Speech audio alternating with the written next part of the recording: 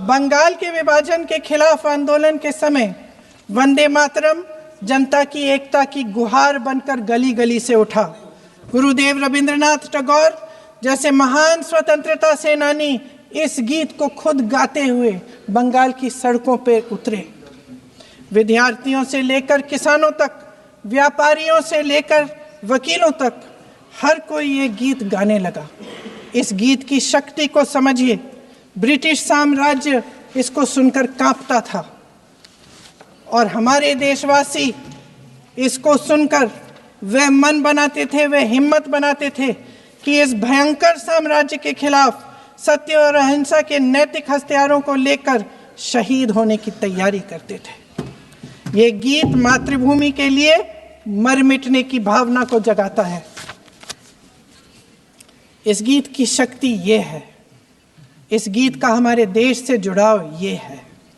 लेकिन 1930 के दशक में हमारे देश में जब सांप्रदायिक राजनीति उभरी, तब ये गीत विवादित होने लगा।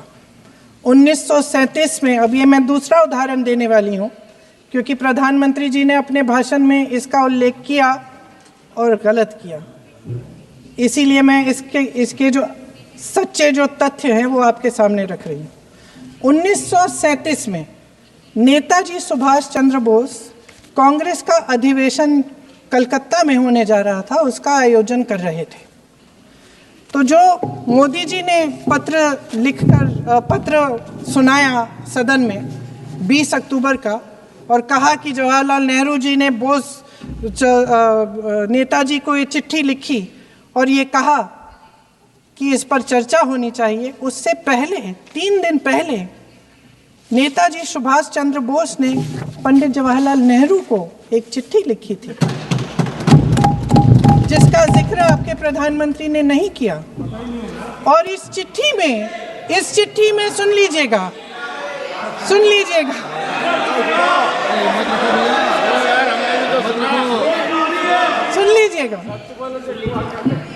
आप नेताजी के लफ्ज नहीं सुनना चाहते?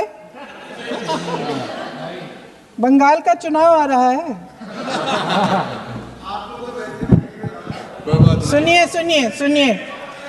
सुनिए। हाँ, कोई बात नहीं, हम तो देश के लिए हैं, हम देश के लिए हैं। आप चुनाव के लिए हैं, हम देश के लिए हैं। हम जितने भी चुनाव हारे, हम यहाँ बैठे रहेंगे और आपसे लड़ते रहेंगे और आपकी विचारधारा से लड़ते रहेंगे। अपने इस देश के लिए, अपनी इस मिट्टी के लिए लड़ते रहेंगे। आप हमें रोक नहीं सकते।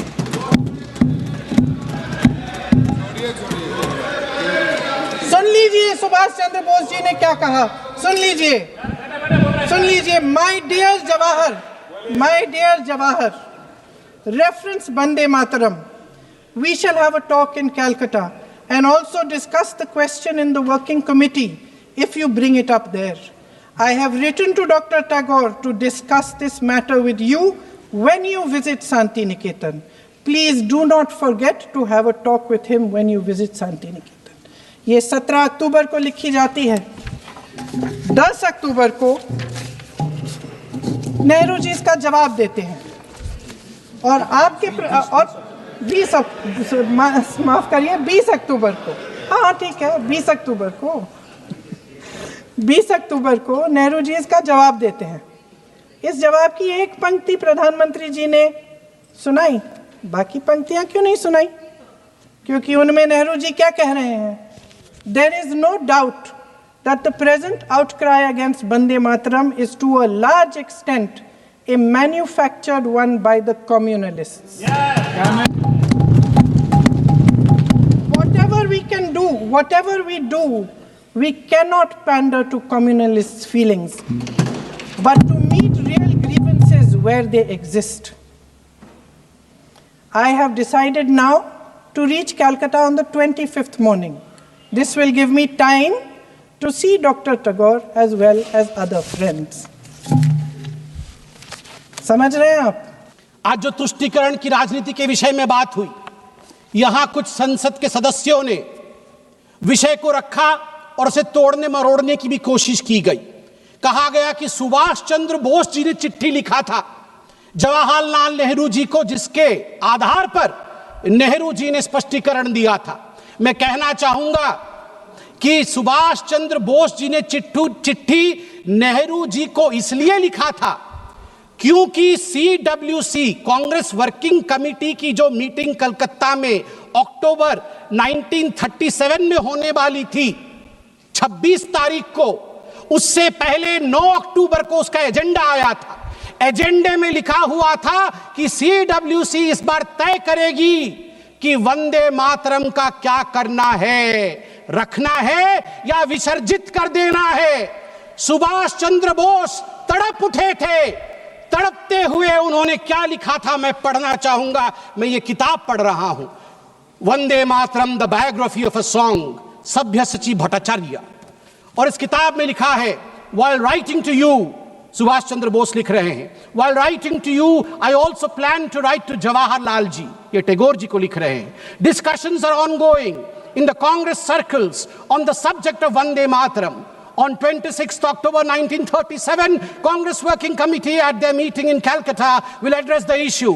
Perhaps the committee will decide to discard the song. I do not know your opinion in this matter, and that is why I write to you. In Bengal and among Hindu outside of Bengal, great excitement has been caused, and I write to you to know what you feel. ये सुभाष जी ने लिखा। अब मैं यहां पे उद्धृत करूंगा पंडित नेहरू ने क्या क्या कहा है वंदे मातरम के लिए। यह सब कुछ इस किताब में है, ऑन रिकॉर्ड मैं पढ़ रहा हूं। Nehru had only recently read the novel Anand Math only 6 days before the working committee meeting. केवल 6 दिन पहले उन्होंने आनंद मठ आनंद फानन में पढ़ लिया। उसके बाद नेहरू ने चिट्ठी लिखा। Nehru rights on 20th October 1937, quote, I have managed to get an English translation of Anand Math, and I am reading it at present to get the background of the song. It does seem that this background is likely to irritate the Muslims. I do not understand it without the help of a dictionary.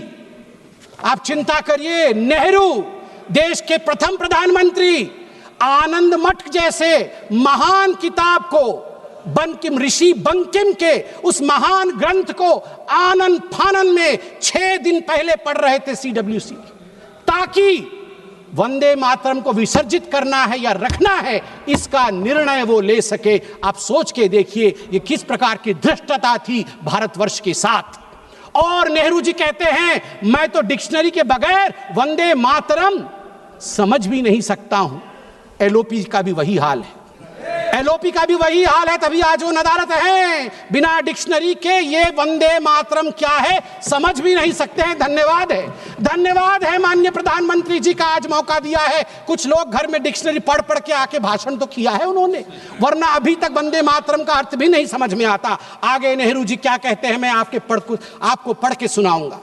Nehru ji के सब कुछ कहने के बाद Congress working committee की meeting होती है। Resolution मेरे हाथ में है इस किताब में। कांग्रेस वर्किंग कमेटी की जो रिजोल्यूशन है वंदे मातरम को लेके, उसमें बहुत कुछ है, मैं कुछ पोर्शन पढ़ रहा हूं। The other stanzas of the song are little known and hardly ever sung. They contain certain allusions and a religious ideology which may not be in keeping with the ideology of other religious groups in India. The committee recognizes the validity of the objections raised by the Muslim friends to certain parts of the song. While the committee have taken the note of such objections, insofar as it has intrinsic value, the committee wishes to point out that the modern evolution of the use of song as part of national life is of infinitely greater importance. That, मैं आगे पढ़ता हूं इसमें से, taking all things into consideration, therefore, the committee recommended that whether the Vande Mataram is sung at national gatherings, only the first 2 stanzas should be sung with perfect freedom to organizers to sing any other song of an unobjectionable character. मतलब उनके मन में था कि Vande Mataram objectionable है और organisers के ऊपर छोड़ दिया गया कि आप कोई और गाना भी गा सकते हैं जो कि अनऑब्जेक्शनेबल नहीं है। बार बार आप देखिए नेहरू जी का क्या कहना है। नेहरू जी चिट्ठी लिखते हैं सरदार जाफरी को। Nehru told Sardar Jafri that the song contains too many difficult words which people do not understand, and the ideas it contains, मैं रिपीट कर रहा हूं, इसे ध्यान से सुना जाए, नेहरू कह रहे हैं, and the ideas it contains are also out of keeping with the modern notions of nationalism and progress. Vande Mataram में नेहरू कहते हैं जो आइडियाज निहित हैं वो मॉडर्न इंडिया के आइडिया नहीं है, वो मॉडर्न नेशनलिज्म के आइडिया नहीं है। इसलिए मैं चिंता में हूं कि मुझे वंदे मातरम को रखना है या नहीं रखना है। आप सोच कर देखिए, देश के पहले प्रधानमंत्री जिसके विषय में अभी माननीय प्रियंका जी ने भी बहुत कुछ बताया कि once and for all Nehru ji के ऊपर चर्चा हो जाए।